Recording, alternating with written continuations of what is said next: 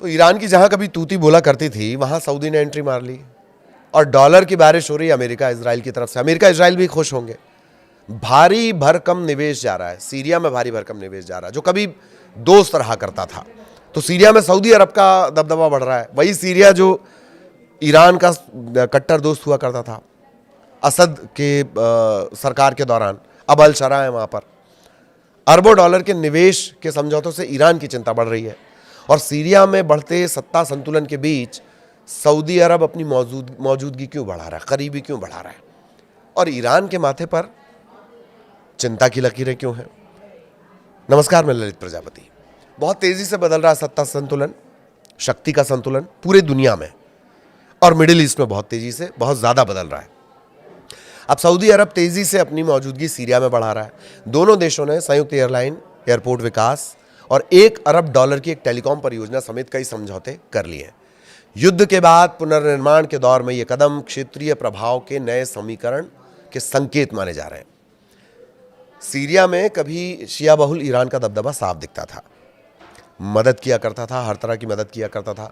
पिछली जो सरकार थी जिसका सत्ता पलट हो चुका है उसकी मदद ईरान किया करता था, खुलकर किया करता था। वहीं अब हालात तेजी से बदलते नजर आ रहे हैं। युद्ध के बाद नए सत्ता समीकरणों के बीच सऊदी अरब जहां अपनी पकड़ सीरिया में मजबूत करता दिख रहा है। शनिवार को सीरिया और सऊदी अरब के बीच कई बड़े समझौते हुए। इसमें संयुक्त एयरलाइन और करीब करीब $1 अरब की एक टेलीकम्युनिकेशन परियोजना है।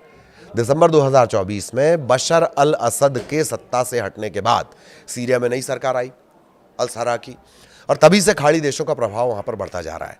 सीरिया में नई सरकार अमेरिका की तरफ झुकी हुई नजर आती है। सिर्फ झुकी हुई क्या, चहेती है, उन्हीं की चहेती है। अब ये इजराइल के लिए भी फायदेमंद है। तो सऊदी अरब नई व्यवस्था का खुलकर समर्थन कर रहा है, निवेश के जरिए अपनी मौजूदगी को मजबूत कर रहा है, लेकिन ये ईरान के लिए किसी टेंशन से कम नहीं है।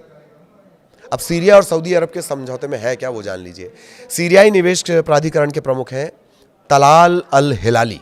उन्होंने बताया कि समझौते में कम से कम एक लागत वाली संयुक्त सीरिया सऊदी एयरलाइन शुरू करने का मकसद है, एक योजना शामिल है। इसका मकसद ये है कि क्षेत्रीय और अंतर्राष्ट्रीय उड़ान संपर्क मजबूत करना। इसके अलावा उत्तरी शहर अलेप्पो में नए अंतर्राष्ट्रीय हवाई अड्डे के विकास और मौजूदा एयरपोर्ट के पुनर्विकास पर भी सहमति बनी है। साथ ही साथ एक सिल्क लिंक परियोजना के तहत सीरिया के जो दूर संचार ढांचे और डिजिटल कनेक्टिविटी उसे मजबूत करने का समझौता हुआ है। सीरिया के जो दूर संचार मंत्री हैं अब्दुल सलाम हैकल, उन्होंने कहा इस परियोजना में करीब करीब $1 अरब का निवेश होगा। सीरिया में अब तक निवेश क्यों नहीं आ रहा है? दशकों तक बशर अल असद का शासन रहा और बड़े कड़े प्रतिबंध उन पर लगे रहे। इसके चलते सीरिया में किसी तरह का निवेश आया नहीं। पिछले साल अमेरिका की तरफ से बचे हुए प्रतिबंध हटाने के बाद विदेशी निवेश के रास्ते अब खुले हैं और इसी के चलते नए समझौते बहुत तेजी से हो रहे हैं। शनिवार को दोनों देशों ने समुद्री जल को पीने योग्य बनाने यानी डिसैलिनेशन और विकास सहयोग से जुड़े समझौतों पर भी चर्चा की है। सऊदी विदेश मंत्री हैं खालिद अल फालेह। उन्होंने कहा कि सीरिया में बड़े प्रोजेक्ट के लिए निजी क्षेत्र के साथ भागीदारी के साथ एक निवेश फंड शुरू किया जाएगा। ये भी कहा कि ये समझौते दोनों देशों के बीच रणनीतिक साझेदारी को मजबूत करने का हिस्सा है।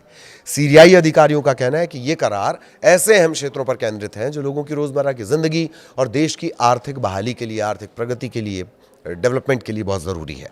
सीरिया लंबे समय से गृह युद्ध के बाद ढांचे और अर्थव्यवस्था को अपने फिर से खड़ा करने के लिए जूझ रहा है। एक बहुत बड़ी चुनौती उसके सामने है। पिछले साल जुलाई में सऊदी अरब ने यहाँ $6.4 अरब के निवेश समझौते किए थे और अगले महीने सीरिया ने $14 अरब से ज़्यादा के नए करार किए। इसी सप्ताह सीरिया ने अमेरिकी ऊर्जा कंपनी शेवरॉन और कतर की पावर इंटरनेशनल के साथ समुद्र में तेल और गैस की खोज के लिए शुरुआती समझौता भी किया है। खेती किसानी के अलावा तेल एक बड़ा प्रोडक्शन है किसके लिए, सीरिया के लिए। अमेरिका की जहां आपको दिलचस्पी दिख जाए वहां समझ जाइएगा कुछ ना कुछ ऐसा ज़रूर होगा। तो खैर, साफ ये है कि युद्ध के बाद पुनर्निर्माण की दौड़ में सीरिया है। तेज़ी से वो वैश्विक निवेश जुटाने में लगा है। सऊदी अरब के साथ जो ताज़ा समझौते हुए हैं उस दिशा में बड़ा संकेत माने जा रहे हैं। अब सवाल ये है कि ईरान का तनाव क्या है। ईरान दरअसल बार बार जब ईरान अपनी युद्ध की बात कर रहा है तो वो ये भी कह रहा है, उसकी रणनीति को लेकर ये बात कही जा रही है कि जो अपने सहयोगी हैं, जो उसके अगल बगल के सहयोगी रहे हैं, उनके ज़रिए भी वो अटैक करेगा, उनकी ज़मीन का इस्तेमाल नहीं होने दिया जाएगा। इस बात को लेकर तो खैर कई स्टेट्स ये बोल भी चुके हैं कि हम अपनी ज़मीन का इस्तेमाल युद्ध के लिए नहीं होने देंगे। उम्मीद दरअसल ये थी ईरान को कि अगर ये इसी तरह से अलग अलग जो उसके पुराने दोस्त रहे, पुराने सहयोगी रहे हैं, उसमें कुछ गुट भी हैं, मिलिशिया गुट भी हैं, अगर वो इस तरह से टूटते रहे तो ईरान के लिए ये मुसीबत होगी। हालांकि सीरिया से संबंध तभी ख़राब हो गए थे जब जो असद सरकार गिरी है, असद सरकार के बाद जो नई सरकार आई है जिसका झुकाव अमेरिका की तरफ से ज़्यादा है, तभी से संबंध ख़राब है। और जो एक कट्टर दोस्त हुआ करता था उससे अब वैसे रिलेशन नहीं रहे।